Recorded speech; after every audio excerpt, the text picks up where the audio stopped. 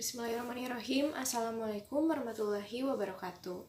Sebelumnya, mari kita panjatkan puji dan syukur kehadirat Allah Subhanahu wa Ta'ala, karenanya kita selalu diberi nikmat sehat sampai hari ini. Salawat dan salam tak lupa kita panjatkan juga kepada Nabi besar kita, Nabi Muhammad SAW, karenanya kita masih bisa berkumpul pada penyampaian pemaparan hari ini. Lalu saya ucapkan juga terima kasih kepada Bapak Haryadi Triwahyu Putra, SEMM, selaku dosen pengampu mata kuliah MUMK. Lalu selanjutnya izin memperkenalkan diri, nama saya Sofa Aulia Putri dengan NIM akhir 1149. Di sini saya akan memaparkan tentang market plan dari ayam geprek kedai Mikes. Lalu pokok bahasan yang akan dibahas pada pemaparan kali ini, yang pertama ada tentang analisis SWOT, lalu ada strategi bauran pemasaran, lalu ada tujuan pemasaran, lalu ada core strategi atau strategi inti pemasaran, lalu ada jadwal pelaksanaan pemasaran, lalu ada marketing budget, lalu yang terakhir ada metode pengawasan kegiatan pemasaran. Lalu yang pertama kita akan membahas tentang analisis SWOT. Yang pertama kita akan menganalisis tentang strength, yaitu faktor-faktor kekuatan internal, yaitu ada yang pertama ada memenuhi kebutuhan konsumen akan makanan yang enak, menyehatkan dan harga terjangkau, lalu ada produk yang halal, sehat dan higienis. Lalu ada rasa yang berbeda karena penggunaan rempah pada bumbunya dan lebih disukai konsumen dibandingkan penggunaan MSG. Lalu dapat dipesan antar melalui media GoFood, GrabFood, dan Shopee Food. Lalu yang terakhir ada online fast response terhadap pesanan dan keluhan.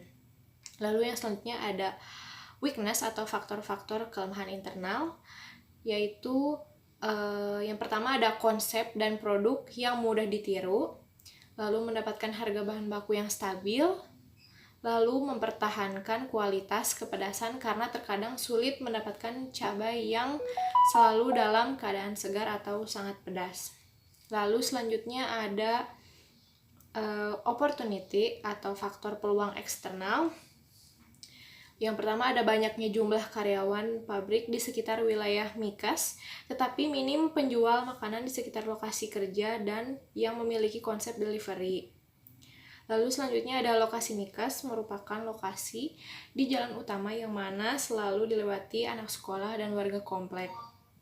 Lalu selanjutnya orang Jawa Barat menyukai pedas dan ayam menjadi makanan yang paling sering dikonsumsi. Lalu selanjutnya ada threat, yaitu faktor-faktor ancaman eksternal. Yaitu ada yang pertama ada mengalahkan persaingan dari produk sejenis yang sudah dikenal banyak orang. Lalu yang kedua, pesaing dengan konsep dan produk serupa dan harga yang lebih murah. Lalu yang ketiga ada mengalahkan persaingan sejenis di sekitar lokasi Mikes. Lalu selanjutnya ada strategi SO, yaitu menggunakan kekuatan untuk memanfaatkan peluang, yaitu ada yang pertama ada menambah varian rasa sambal dan varian rasa minuman yang banyak diminati dari hasil survei. Lalu yang kedua ada memproduksi makanan dan minuman yang menarik dari segi rasa dan packaging untuk menghindari pasar jenuh. Lalu ada strategi WO atau menciptakan strategi yang meminimalkan kelemahan untuk memanfaatkan peluang. Yang pertama di sini ada selalu membuat konsep baru dan rasa berbeda untuk setiap kali launching produk. Lalu yang kedua ada mencari supplier di daerah sekitar lokasi Padalarang karena lokasi dekat dengan beberapa pasar tradisional yang memungkinkan mendapatkan harga terbaik. Lalu yang terakhir ada mencari supplier dengan bahan baku yang kualitasnya selalu terjamin. Lalu selanjutnya ada strategi ST, yaitu menciptakan strategi yang menggunakan kekuatan untuk mengatasi ancaman. Di sini, yang pertama ada membuat inovasi baik dari segi promosi, produk, dan packaging. Lalu yang terakhir ada menawarkan secara business to business atau B2B. Lalu yang terakhir ada strategi WT, yaitu menciptakan strategi yang meminimalkan kelemahan dan menghindari ancaman. Di sini ada yang pertama, perputaran atau pergantian konsep packaging produk harus lebih cepat dari pesaing. Lalu yang terakhir ada kualitas rasa harus konsisten bahkan lebih baik. Lalu selanjutnya ada strategi bauran pemasaran atau 4P, yaitu produk, price, place, dan promotion. Yang pertama kita akan bahas tentang produk. Produk dari ayam geprek Kedai-Mikesh ini yaitu ada ayam geprek, ayam penyet, paket ayam geprek aneka sambal, paket ayam penyet aneka sambal, aneka cemilan, dan aneka minuman. Lalu kita beralih ke price. Range harga di ayam geprek Kedai-Mikesh ini yaitu dari 3.000 sampai 28.500. Cukup terjangkau. Lalu ada place. Ayam geprek Kedai-Mikesh ini bertempat di Padalarang dan Cimahi. Lalu kita beralih ke promotion atau promosi. Promosi yang dilakukan oleh ayam geprek Kedai-Mikesh ini yaitu yang pertama memasang banner yang menarik, lalu promosi melalui sosial media seperti Instagram dan WhatsApp, lalu mengadakan promo seperti diskon opening, lalu juga mengikuti event seperti bazar makanan, lalu menambah cabang. Lalu selanjutnya ada tujuan pemasaran dari ayam geprek Kedai-Mikesh, yaitu yang pertama, menjadikan Mikesh sebagai kedai makanan dan minuman yang digemari dan diterima di semua kalangan. Lalu yang kedua ada memberikan produk dengan kualitas yang baik, konsisten, dan menyehatkan dengan penggunaan rempah-rempah sebagai bumbu penyedapnya. Lalu yang ketiga, selalu mengutamakan kepuasan konsumen dan berinovasi dalam produk maupun pelayanan.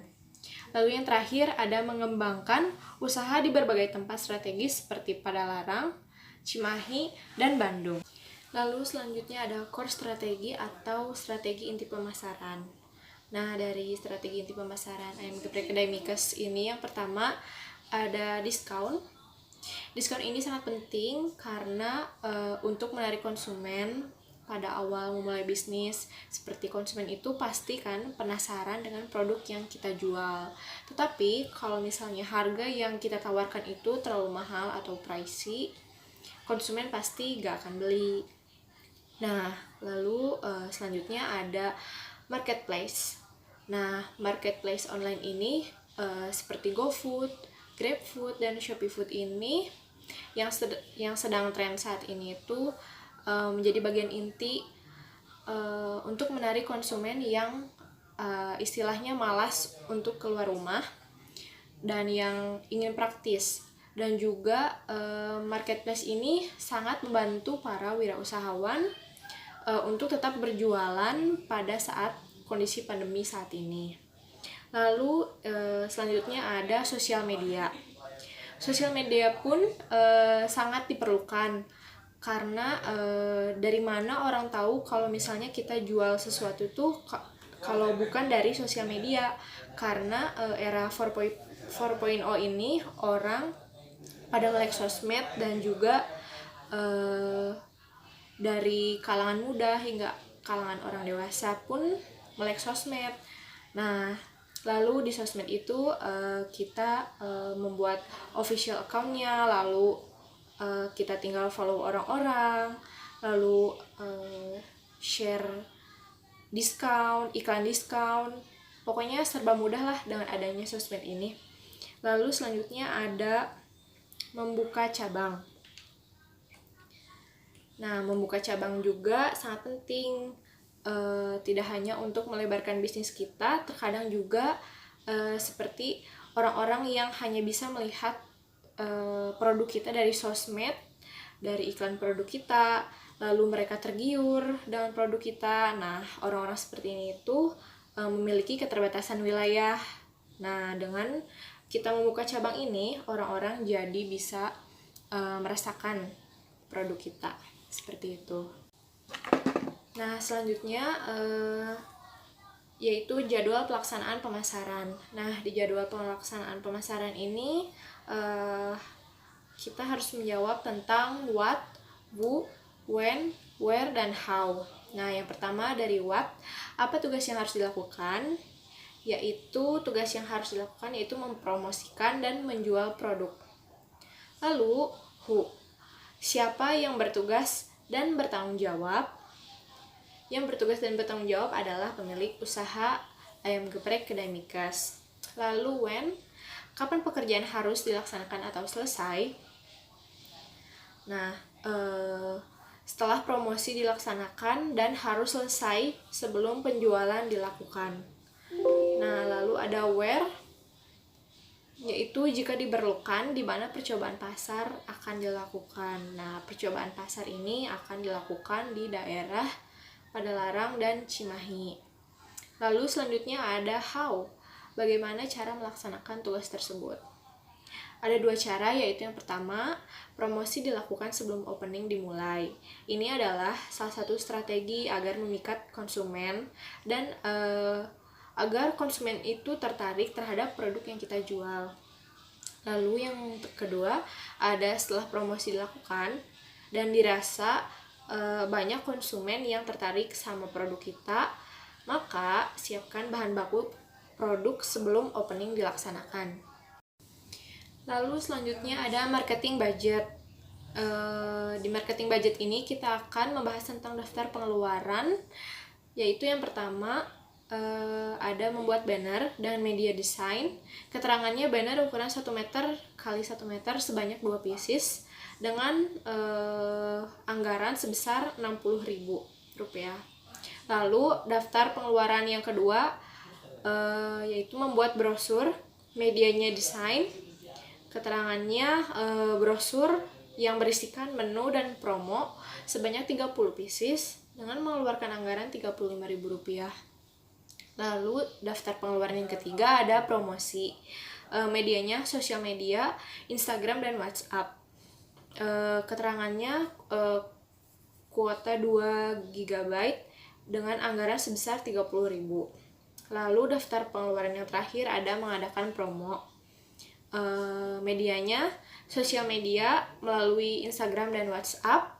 Keterangannya giveaway, diskon opening, 10.000 untuk 10 orang dengan anggaran yang dikeluarkan yaitu 100.000. Jadi total pengeluaran atau anggaran di marketing budget ini yaitu sebesar Rp225.000. Lalu yang terakhir ada metode pengawasan kegiatan pemasaran. Nah, di metode pengawasan kegiatan pemasaran ini, hal yang harus dilakukan yaitu yang pertama mencatat laporan penjualan. Nah, mencatat laporan penjualan ini sangat penting karena kita bisa mengetahui laba yang dihasilkan, lalu produk apa saja yang banyak diminati dan yang kurang diminati. Nah, selanjutnya ada mencatat jumlah pengunjung.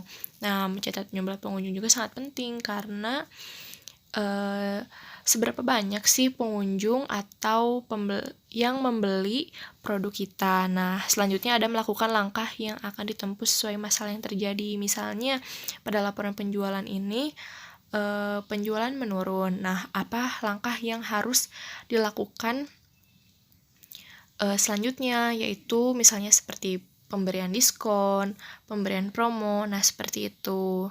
Nah, lalu misalnya kalau dalam jumlah pengunjung itu pengunjung sedikit, nah makin lama tuh makin sedikit membeli produk kita. Nah, apa sih langkah yang harus ditempuh selanjutnya?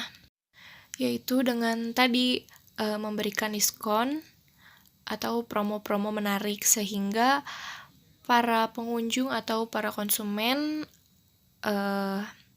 datang kembali atau menambah konsumen baru untuk mengunjungi atau membeli produk kita. Sekian dan terima kasih pemaparan dari saya. Mohon maaf bila ada kesalahan. Wassalamualaikum warahmatullahi wabarakatuh.